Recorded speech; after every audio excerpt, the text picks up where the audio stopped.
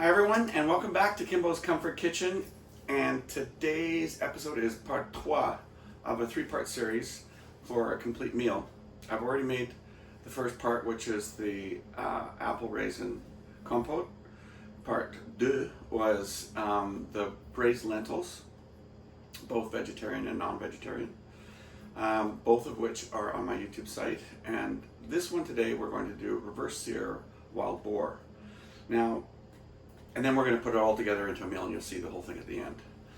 And the reason I'm emphasizing the reverse sear is that whether you're doing a steak or if you're doing pork chops, the difference between doing a reverse sear and not is a night and day. If the reverse sear entails putting it in the oven and then finishing it in a frying pan, and I'll get into the details of that shortly. But the outcome, if you want, especially if you want to have something that's cooked evenly all the way through, and you're using like a large steak or a thick steak, you can also use this as a barbecue. In other words, start your protein in the oven and finish it on the barbecue with a super high heat if you're doing a steak. In this case, I'm just doing the wild boar chops in a frying pan. And it's not even cast iron, but it's going to have a nice crust, and it's going to be medium rare on the inside. It's going to be awesome. So stick around, and I'll show you the finale to this great meal. So here are the little beautiful babies. These are my wild boar chops that I got from Chaffee's. It's my go-to butcher. They're amazing. Carmelina and Reno, they're just, if you want to get really good product, they're outstanding. That's Chaffee's. And no, I'm not getting paid for it. I'm just telling you because they're awesome. So I've taken these. I've got the oven set to 350. I'm going to put them on this rack. And I'm going to do that for 11 minutes, and we'll pull it out. And then once we're finished, I'm going to take this, which was another recipe I did, which was the lentils, the braised lentils. And then we're going to finish it off and top it up with a surprise. So we'll be right back. Okay, so to reiterate, this was 11 minutes at, 11 minutes, 350. I've taken them out, and I'm going to put them onto the pan, which is preheated and it's smoking.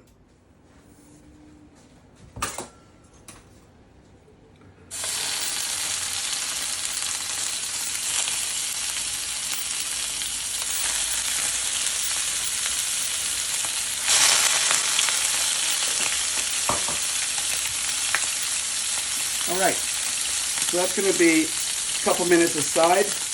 They get nice and brown, and then we're going to plate,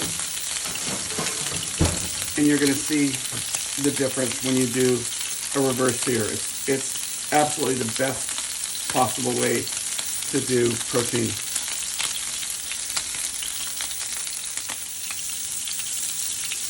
All right, so we've got 2 minutes.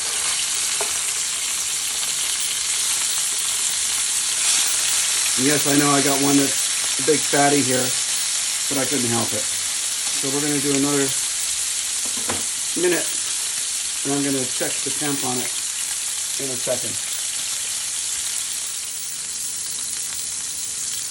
Internal temp is at 145. I'm going to take this off right now, and I'm going to plate.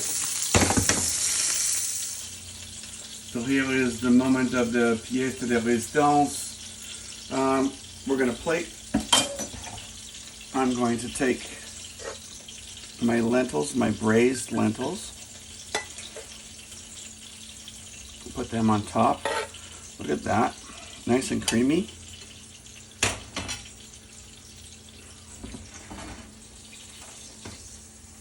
And let's do that. Let's get a little artistic, like that. Reverse sear wild boar, and just to top it off, let's put some apple and raisin compote on top, just to make it look good. Well, there might be some flavor profile on that too, but we'll see. Anyway, you get the idea. That's it, baby. Super delicious. check it out. There's actually 3 recipes in one here. Got the reverse sear wild boar, braised lentils, and the apple compote with raisins and calvados. So I hope you enjoy this. It's a great dish. All of them separately, but especially like this. We call it the special trio. Hope to see you soon. Take care. Bye.